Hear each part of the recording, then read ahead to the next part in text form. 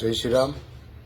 ગઈકાલે તારીખ 12ના રોજ તળાજા શહેરની અંદર અંદાજે 15થી 20 હિન્દુ મંદિરો જેવા કે હનુમાનજી મહારાજ ખોડિયાર માતાજીના મંદિરો એવા મંદિરોને તળાજા નગરપાલિકા દ્વારા તોડી પાડવા માટેની 7 દિવસની નોટિસ આપી છે કે ભાઈ 7 દિવસમાં તમે આ મંદિર નહીં હટાવો તો અમે ડિમોલેશન કરીશું.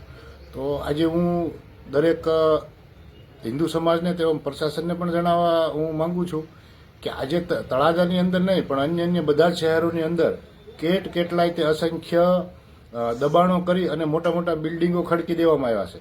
તળાજાની અંદર પણ આખું અમારા પાસે બજરંગ દળ પાસે એવું લિસ્ટ પણ છે કે ગેરકાયદેસર જમીનો ઉપર, સરકારી જમીનો ઉપર મોટા 3 માળના બિલ્ડિંગો ખડકી દેવામાં આવે છે. પોતાના અમુક ધાર્મિક સ્થાનો પણ એના માટે ઊભા કરવામાં આવ્યા છે. તો આ પ્રશાસનને અને આ નેતાઓને આ જે ધાર્મિક સ્થાનો છે એક વર્ગ વિશેષના એ કોઈને દેખાતા નથી, પણ હિન્દુ સમાજના મંદિરો નાની એમથી ડેરીઓ એ બધું દેખાય છે. આજે વર્ષોથી તળાજા બંધાણું પહેલાના અમુક મંદિરો છે, છતાં પણ એ મંદિરોને આજે તોડવા માટેની નોટિસો મળી છે.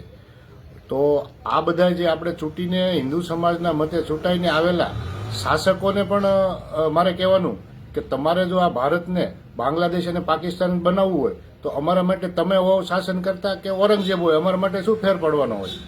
તો આજે હું આ બજરંગ દળ દ્વારા એક ચેતવણી પણ આપવામાં આવે છે કે આ જે નોટિસો છે તરત પાછી ખેંચી લેજો, એક પણ મંદિરો તોડવામાં નહીં. હા, તમારા સુપ્રીમ કોર્ટનું પાલન તમારે કરવું હોય તો જેટલા પણ દબાણો છે એ બધા જ ને તોડી નાખી અને પછી અમારા પાસે આવજો. અમે સ્વયં આ જે કંઈ દબાણો નડતરરૂપ હશે એ બધા દબાણો અમે સ્વયં હટાવી લેવા માટે અમે બંધાયેલા છીએ. પણ એના પહેલાં તો તમારે જેટલા પણ નગરની અંદર, તળાજા શહેરની અંદર જેટલા પણ દબાણો છે, જેટલા પણ બિલ્ડિંગો ઊભા કરેલા છે, જેટલા પણ દુકાનો ઊભી કરેલી છે એ તમામ દુકાનોનું પહેલાં ડિમોલેશન કરો.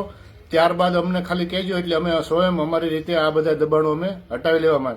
બાકી જો એક પણ હિન્દુ મંદિરને કાંકરી છાળો કર્યો છે તો અમે પણ ભૂલી જાઉં કે આ આપણા શાસકો છે અને જે કોઈ દબાણ માટે જે આવશે એમને પણ એમનું પરિણામ ભોગવવું પડશે.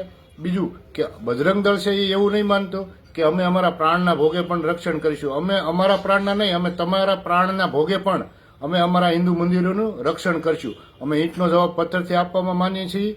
એટલે એવું નહીં સમજતા કે આ ખાલી ચેતવણી છે. આગળ સમય આવશે, જરૂર પડશે તો અમે કરીને પણ દેખાડશું. એના માટે આપ તૈયાર રહેવાનું રહેશે અને એને આ ચેતવણી છે, જે સમજવું એ આપ સમજજો. જય શ્રી